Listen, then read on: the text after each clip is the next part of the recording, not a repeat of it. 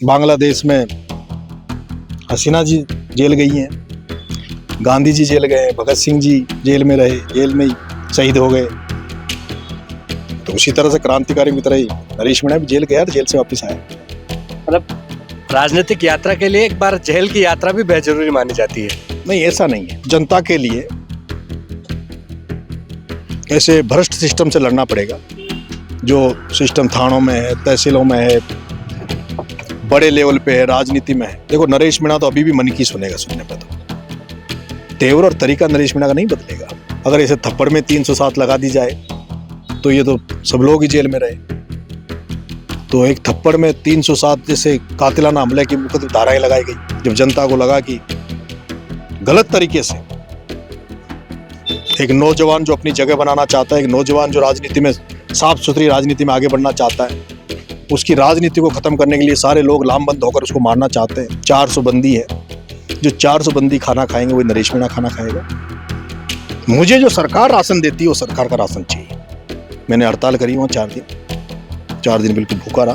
तो बंदी ये कहते थे कि हम तो ये चाहते हैं कि भगवान करे नरेश मीणा जैसा नेता हर जेल में बंद होना चाहिए, ताकि खाना बंदियों को अच्छा मिले, बंदियों को सुख सुविधा मिले। जेल से जमानत मिली है और उसके बाद जनता के बीच पहुंचे हैं। ये घर वापसी है या फिर राजनीतिक एंट्री? देखो, मैं तो 2002 से राजनीति में हूँ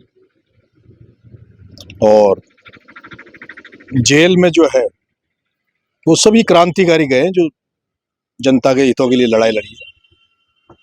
नेल्सन मंडेला भी जेल गया है, बांग्लादेश में हसीना जी जेल गई हैं, गांधी जी जेल गए, भगत सिंह जी जेल में रहे, जेल में ही शहीद हो गए। तो उसी तरह से क्रांतिकारी मित्र ही नरेश मीणा भी जेल गया, जेल से वापस आया। मतलब राजनीतिक यात्रा के लिए एक बार जेल की यात्रा भी बेहद जरूरी मानी जाती है। नहीं, ऐसा नहीं है। आज के युग में जो राजनीति है उसमें अगर कोई जनता के लिए सड़कों पे लड़ाई लड़ेगा तो उसको बहुत जगह जनता के लिए ऐसे भ्रष्ट सिस्टम से लड़ना पड़ेगा, जो सिस्टम थानों में है, तहसीलों में है, बड़े लेवल पे है, राजनीति में है। और जब कोई व्यक्ति लड़ता है तो उसको उसकी कीमत भी चुकानी पड़ती है। तो जनता के लिए लड़ रहे हैं तो उसकी कीमत भी चुका रहे हैं। जनता के लिए लड़ाई लड़ना आसान भी नहीं मान। बिल्कुल नहीं है, बहुत कुर्बानी देनी पड़ती है, बहुत दुख झेलने पड़ते हैं। खुद को नहीं, खुद के साथ परिवारजनों को, जो साथी लोग हैं उनको। एक नरेश मीणा को कीमत नहीं चुकानी पड़ेगी जिन लोगों से नरेश मीणा लड़ रहा है, उसके लिए हजारों साथियों को, बहुत सारे लोगों की कीमत चुकानी पड़ेगी। नरेश मीणा ने जेल में जो 8 महीने बिताए हैं, क्या कुछ महसूस किया खुद को लेकर? क्या बदलाव लाया आपने? देखो, मैं 8 महीने रहा जेल में। एक 4 दीवारी के अंदर आपको रहना है, एकांतवास में रहना है। तो ऐसे समय में समय को निकालने के लिए, समय काटने के लिए वहाँ किताबें साथी होती है। जमकर किताबें पढ़ी, आत्म अवलोकन किया, आत्ममंथन किया, आत्मचिंतन किया। क्या क्या कमियां हैं उनको दूर करने का प्रयास करने का सोचा है, जो कमियां उनको दूर करेंगे।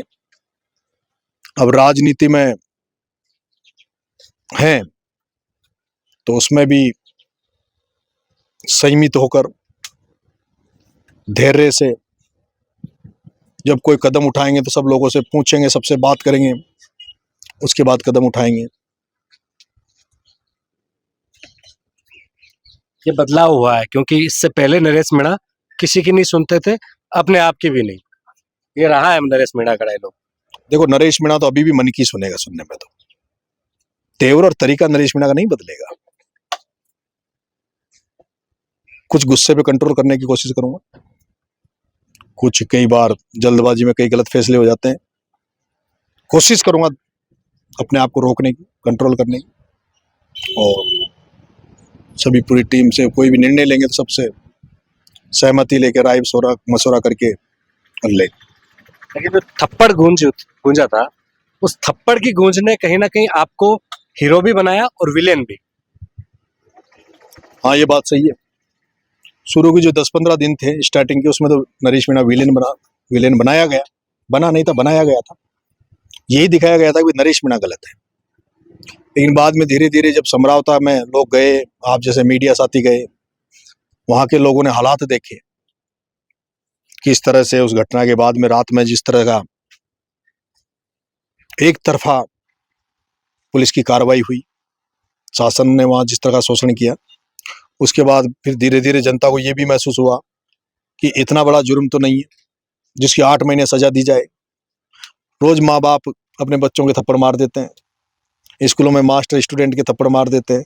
अगर इसे थप्पड़ में 307 लगा दी जाए तो ये तो सब लोग ही जेल में रहे। तो एक थप्पड़ में 307 जैसे कातिलाना हमले की मुकदमा धाराएं लगाई गई, जेल में डाला गया, साथियों को प्रताड़ित किया गया, 60 लोगों को साथ में बंद किया और को मुलजिम बनाया। लेकिन ये ईश्वर की कृपा रही, नीली छतरी वाली कृपा रही, जनता जनार्दन की कृपा रही कि जनता का आशीर्वाद मिला, जनता की ताकत साथ में खड़ी हो गई। जब जनता को लगा कि गलत तरीके से एक नौजवान जो अपनी जगह बनाना चाहता है, एक नौजवान जो राजनीति में साफ सुथरी राजनीति में आगे बढ़ना चाहता है, उसकी राजनीति को खत्म करने के लिए सारे लोग लामबंद होकर उसको मारना चाहते हैं, तो जनता फिर साथ आई, जनता ने आशीर्वाद दिया। जनता ने जब सड़कों पर उतरने का फैसला किया, 25 तारीख को जब हुंकार भरी आंदोलन की, जो विधानसभा घेराव की, उसके बाद जो कुछ नेता जो आज भी जिनके दिल में कहीं जगह है सच्चाई की, ईमानदारी की, वो लोग जो थे वो साथ आए। भाई साहब प्रहलाद जी गुंजल जी सबसे पहले वो निकल कर आए, विजय जी बैंसला जी आए, प्रताप सिंह जी खाचरियावास साहब आए, राजेंद्र जी गुडा आए। उस घटना में जिस तरह से एक जाति विशेष में जाट समाज मेरे प्रति जो गुस्सा था, उसके बाद में जो भाई साहब हनुमान बेनीवाल जी ने जब स्टेटमेंट दिया कि मैं होता तो 4 देता, उसके बाद लोगों को समझ में आया कि भाई मेरी गलती नहीं थी, मैं उसको जानता नहीं था। बहुत से इंदिरा मीणा जी, ओम प्रकाश हुड्डा जी, नीटू सीकरवाल जी, मध्य प्रदेश से जो एमएलए रहे हैं, पहले चुनाव लड़े भी लोकसभा का, वो मेरी मदद करना है। बाबू झंडेलवाल जी एमएलए है, अभी श्योपुर से वो आए। अतुल प्रधान जी लेकिन सपा विधायक वो आए।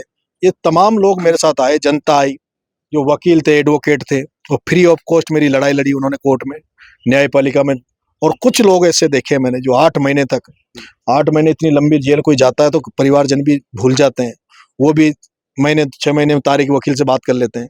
लेकिन अभी ये राकेश भैंसला एक साथी था, अबरार था, मेरे बहुत साथी थे, वो बेचारे रोज जेल के बाहर खड़े रहते थे, रोज वकीलों के चक्कर काटना, रोज वकीलों से बात करना, उनसे जितना बना उतना उन लोगों ने किया। तो इसलिए बहुत सारे लोगों का आशीर्वाद मिला। और यही नरेश मीणा की ताकत माने कि इतने साथ युवा आपसे जुड़ते चले गए, और इस जेल यात्रा के बाद तो और ज्यादा माने।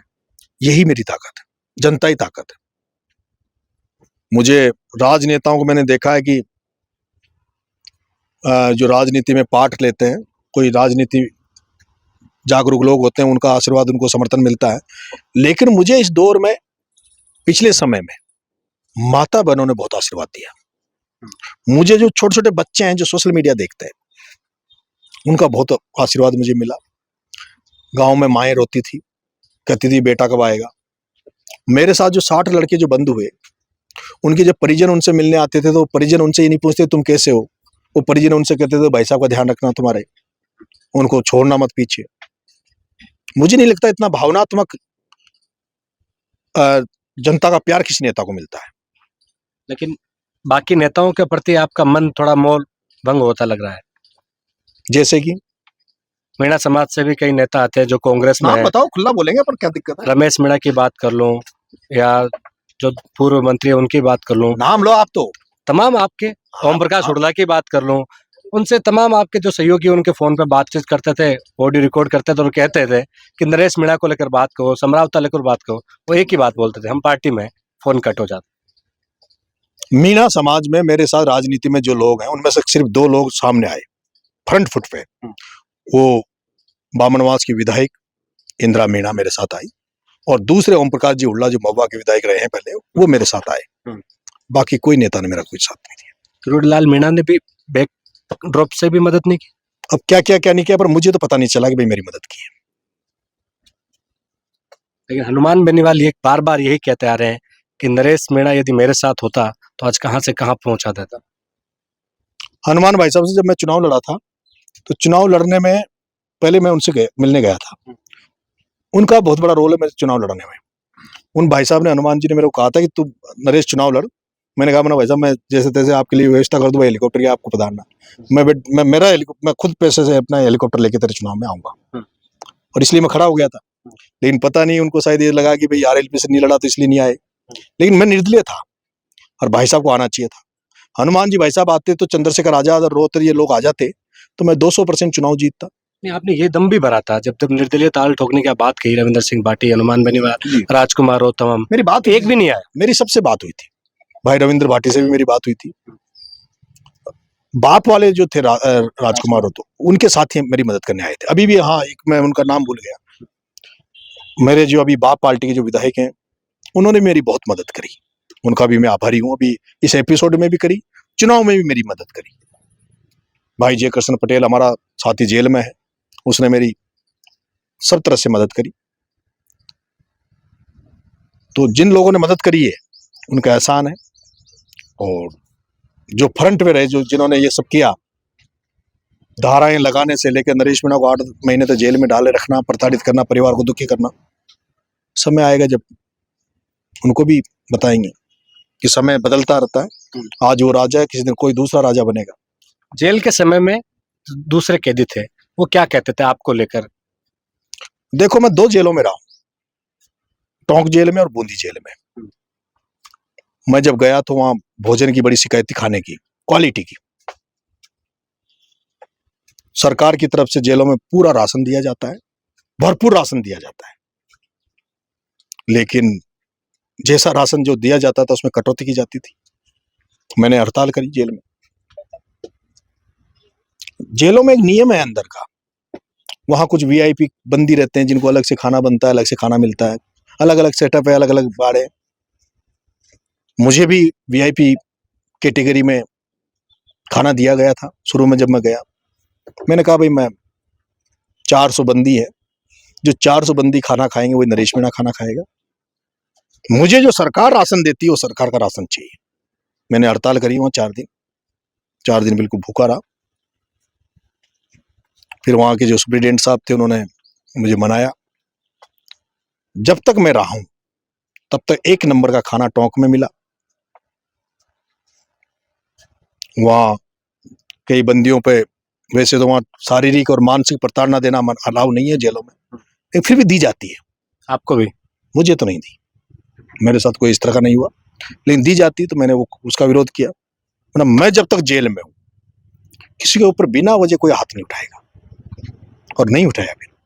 फिर मैं बूंदी गया, वहां भी जब मैंने देखा तो खाने की स्थिति वही थी। मैंने वहां भी कहा कि भाई मैं जब मेरे पीछे आगे क्या करोगे मुझे नहीं पता, पर मैं जब तक हूं जब तक तो सारे बंदी जो राशन मिलता है वो 2 में, और वहां भी वो राशन मेरे जाने के बाद पूरा बढ़िया खाना दिया गया। मुझे खुशी है कि जब गार्ड करती थी मेरे को, जब टोंक कोर्ट में लाया जाता था तो जो गार्ड में जो पुलिस वाले रहते हैं वो बताते थे कि भाई बंदी ये कहते हैं, जो बंदी जाते थे उनकी गार्ड में, तो बंदी ये कहते थे कि हम तो ये चाहते हैं कि भगवान करे नरेश मीणा जैसा नेता हर जेल में बंद होना चाहिए, ताकि खाना बंदियों को अच्छा मिले, बंदियों को और सुख सुविधा मिले।